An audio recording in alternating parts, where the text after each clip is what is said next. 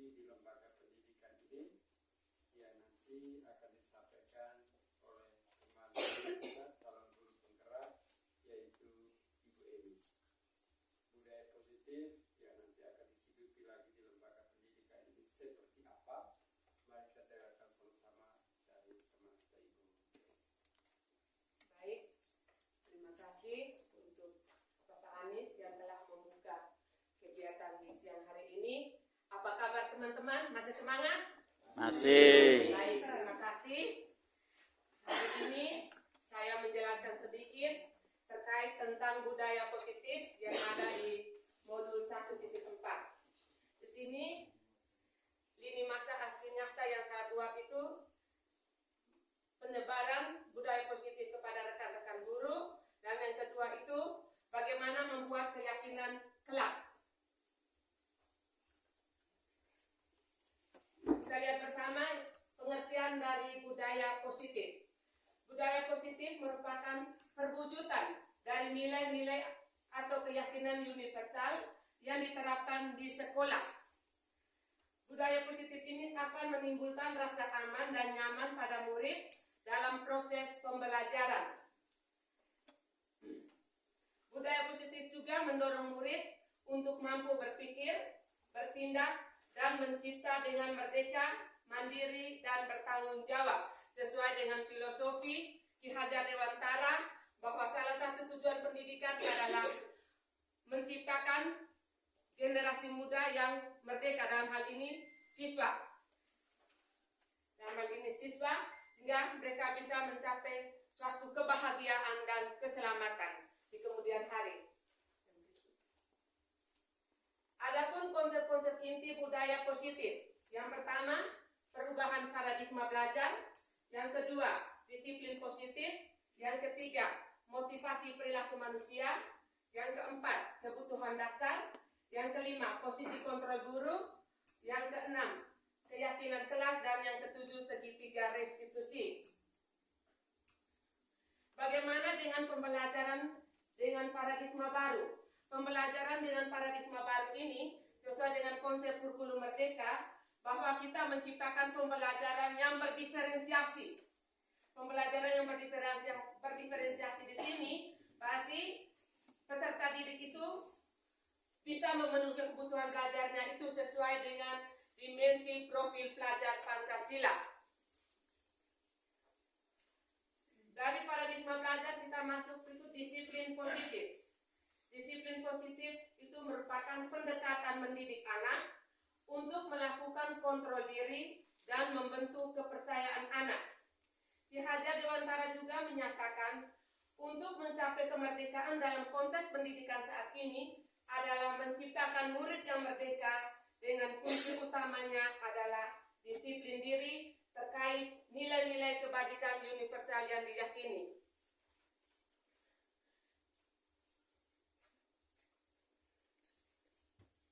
Yang berikut, kebutuhan dasar manusia.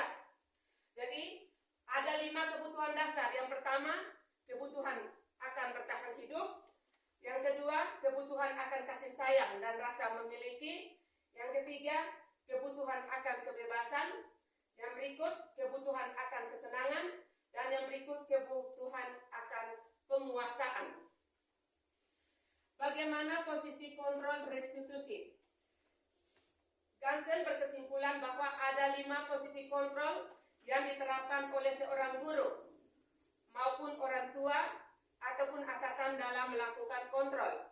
Kelima posisi kontrol tersebut adalah penghukum, pembuat merasa bersalah, teman, pemantau, dan manajer. Posisi kontrol ideal bagi saya sebagai orang guru untuk mewujudkan budaya positif sekolah ialah posisi kontrol manajer. Di sini saya sempat berefleksi bahwa selama ini tipe saya itu orangnya keras, kadang-kadang kekerasan verbal yang saya miliki. Tetapi dengan mendalami modul budaya positif, saya kembali merefleksikan diri saya bahwa untuk menciptakan suasana kelas yang aman dan nyaman bagi siswa, maka saya harus mengambil posisi kontrol sebagai seorang manajer. Yang berikut, Kita lihat posisi kontrol yang berikut. Penghukum. Kalau penghukum, seorang penghukum biasanya menggunakan hukuman fisik maupun verbal. Di sini, orang-orang yang posisi penghukum senantiasa mengatakan bahwa sekolah memerlukan sistem atau alat yang lebih menekankan pada murid untuk lebih menekankan pada aturan. Ya, kalau siswa berbuat salah, kita langsung menghukum anak tanpa mencari atau menggali permasalahan yang dihadapi oleh anak itu sendiri. Kita langsung pikir bahwa ada aturan sekolah seperti ini. Kemudian yang berikut, pembuat merasa bersalah. Pada posisi ini biasanya guru akan bersuara lebih lembut. Pembuat merasa bersalah akan menggunakan keheningan yang membuat orang lain merasa tidak nyaman, bersalah atau rendah diri. Kata-kata yang keluar dengan lembut akan seperti, "Ibu sangat kecewa sekali dengan kamu. Berapa kami Bapak harus memberitahu kamu atau ibu harus memberitahu kamu."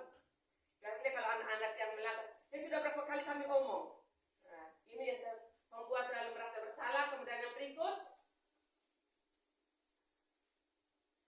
teman. Guru pada posisi ini tidak akan menyakiti murid, namun akan tetap berupaya mengontrol murid melalui persuasi atau pendekatan. Pada posisi teman pada guru bisa negatif maupun positif. Positif di sini berupa hubungan baik yang terjalin antara guru dan murid. Guru di posisi teman menggunakan hubungan baik dan humor untuk mempengaruhi seseorang. Mereka akan berkata, "Ayo, bantulah." Seperti itu. Kemudian, posisi kontrol yang berikut, pemantau. Pemantau di sini berarti kita mengawasi. Pada saat kita mengawasi, berarti kita bertanggung jawab atas perilaku-perilaku yang kita awasi. Posisi pemantau berdasarkan pada peraturan dan konsekuensi. Dengan menggunakan sanksi atau konsekuensi, kita dapat memisahkan hubungan pribadi kita dengan murid. Yang berikut, posisi manajer. Posisi terakhir adalah posisi manajer. Posisi manajer ini di mana guru berbuat sesuatu bersama dengan murid. Mempersilahkan murid bertanggung jawab apa yang sudah diperbuatnya. Kemudian setelah mempertanggungjawab, kemudian meminta solusi.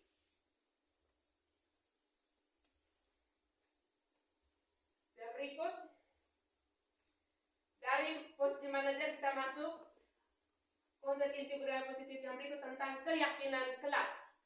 Keyakinan kelas adalah salah satu disiplin positif yang bisa kita terapkan dalam membangun budaya positif di sekolah. Dengan adanya keyakinan kelas di setiap kelas, diharapkan dapat mewujudkan tujuan pendidikan yang berorientasi pada profil pelajar Pancasila. Mengapa keyakinan kelas kita pilih? Keyakinan kelas dipilih ini karena setiap tindakan atau perilaku yang kita lakukan ini sudah jelas dan dapat menentukan terciptanya sebuah lingkungan yang positif. Keyakinan kelas ini disusun oleh seluruh warga kelas. Contoh keyakinan kelas seperti menghargai orang lain, bekerja bersama. Adapun langkah-langkah dalam menyusun keyakinan kelas. Jadi dalam menyusun keyakinan kelas itu, yang pertama, kita berikan kebebasan kepada siswa untuk menulis apa yang mereka mau dalam proses pembelajaran atau dalam kelas itu sendiri. Setelah mereka menulis, kita minta mereka untuk menempelkan apa yang sudah mereka tulis. Setelah itu, kita melihat dari yang sudah ditulis, lihat poin-poin penting mana yang diambil. Setelah itu, kita pilih kalimat positif yang tepat. Setelah itu, kita mendesain. Setelah sudah desain, kita bangun kesepakatan bersama dengan anak-anak kita. Dan kesepakatan itu harus ditandatangani oleh warga kelas. Dari balik kelas, ketua kelas, sampai dengan pengurus yang lain. Yang terakhir itu tentang segitiga restitusi. Segitiga restitusi itu merupakan proses untuk menciptakan kondisi bagi murid untuk memperbaiki kesalahan mereka. sehingga mereka bisa kembali pada keyakinan kelas dan menumbuhkan budaya positif di dalam diri. Dalam segitiga restitusi itu ada 3. Yang pertama, menstabilkan identitas. Yang kedua, membuat validasi tindakan yang salah. Dan yang ketiga, menanyakan keyakinan. Melalui penerapan segitiga restitusi, murid dapat menyadari dan mengakui kesalahan yang diperbuat secara terbuka dan sukarela. Artinya setelah kita menggali permasalahan yang mereka hadapi, maka ada solusi yang bisa diambil. Sehingga tidak ada rasa bahwa secara terpaksa mereka mengakui kesalahan mereka. Terima kasih.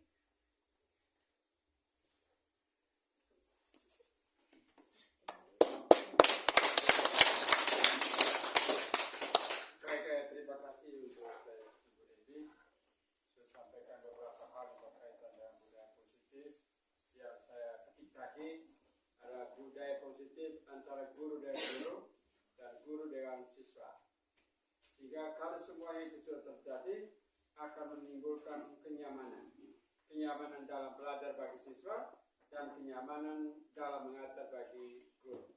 Itu kesimpulannya kalau kita punya relasi yang baik antara bapak dan ibu guru, juga bapak dan ibu guru terhadap anak-anak.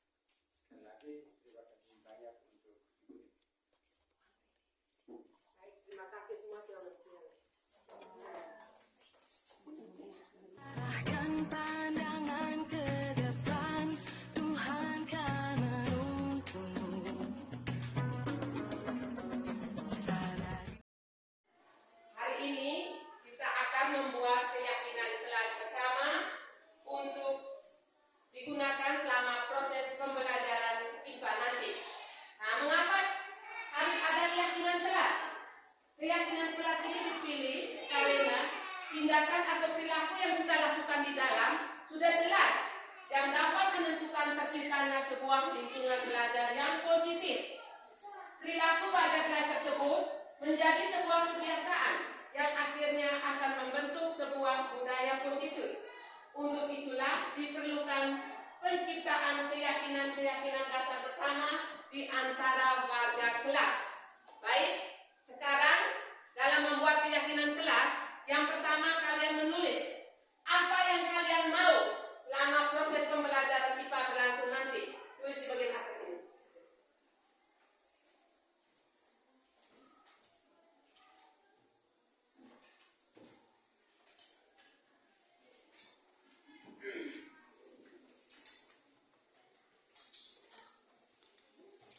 Tulis.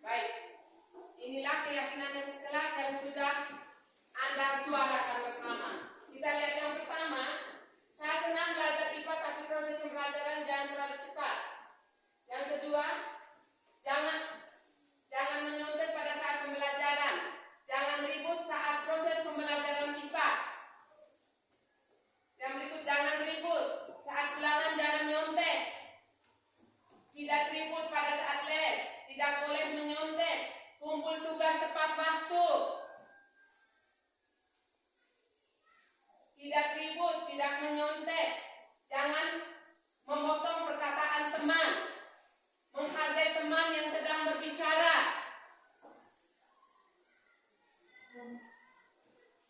Disiplin masuk kelas.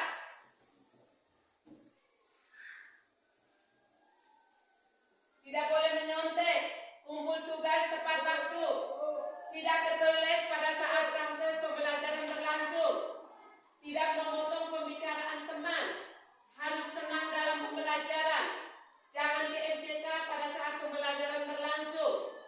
Saya mau proses pembelajaran IPA dan seterusnya itu jangan menyontek, jangan ribut. Yang berikut, mengumpulkan tugas tepat waktu, menghargai teman, tidak menyontek,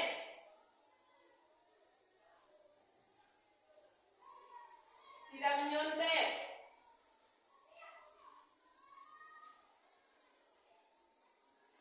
tidak menyontek saat ulangan, menghormati guru yang sedang berbicara, jangan memotong pembicaraan teman. Baik, dari keyakinan kelas yang kalian buat tadi, yang sudah kalian utarakan lagi tadi, kira-kira yang kita mau, yang paling pertama itu kita tidak boleh apa? Jangan menyontek. Jangan menyontek pada saat ulangan. Berarti keyakinan kelas yang pertama, jangan menyontek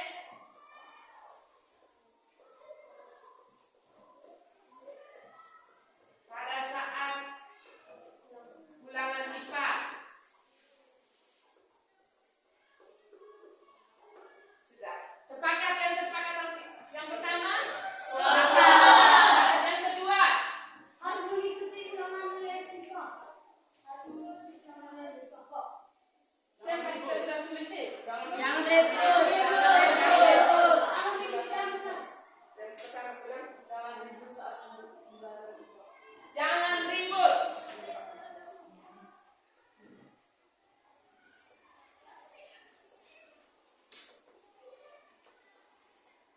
Yang ketiga. Iya. Tadi Habib Rahman sudah bilang menghargai teman pada saat berbicara.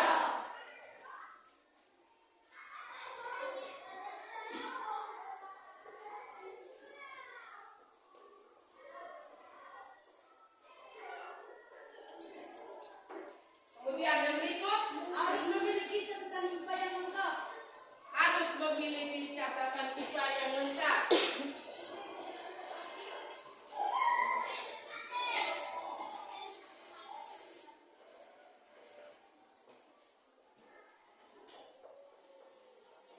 Yang terakhir tadi tidak kemana tadi?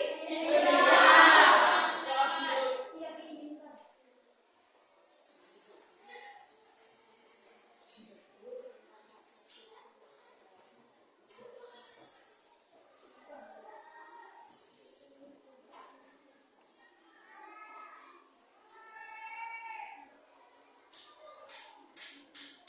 Baik, mengenai kesepakatan kelas ini, keyakinan kelas ini, kita sepakat bersama atau masih ada yang merubah? Kalau sepakat, sekarang kita lihat keyakinan kelas yang pertama bunyinya.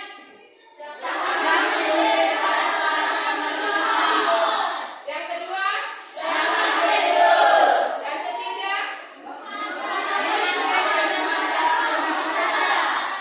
yang keempat,